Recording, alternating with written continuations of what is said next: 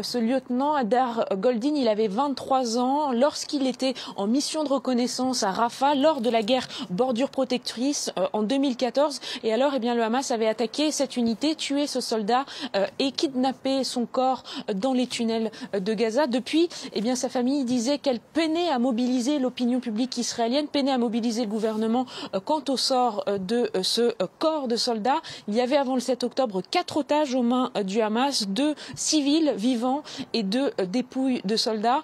Et désormais, eh bien, le corps de ce soldat qui a été restitué dans l'après-midi par le Hamas à Israël au travers de l'intermédiaire de la Croix-Rouge. Et il y a pour les Israéliens eh bien, le sentiment que cette tragédie des otages, elle se termine maintenant, eh bien, que le Hamas n'a plus que 4 dépouilles en ce moment. Le sort de ces 4 dépouilles qui est pour l'instant inconnu. Le Hamas avait dit ne pas pouvoir localiser tous ces otages israéliens. On ne sait pas exactement si ces 4 dépouilles vont rentrer dans les jours prochains en Israël ou pas. Mais donc très clairement pour les Israéliens, la sensation que la guerre est finie et ce sentiment, eh bien, il est partagé par une partie des Palestiniens de Gaza après un mois de cessez-le-feu.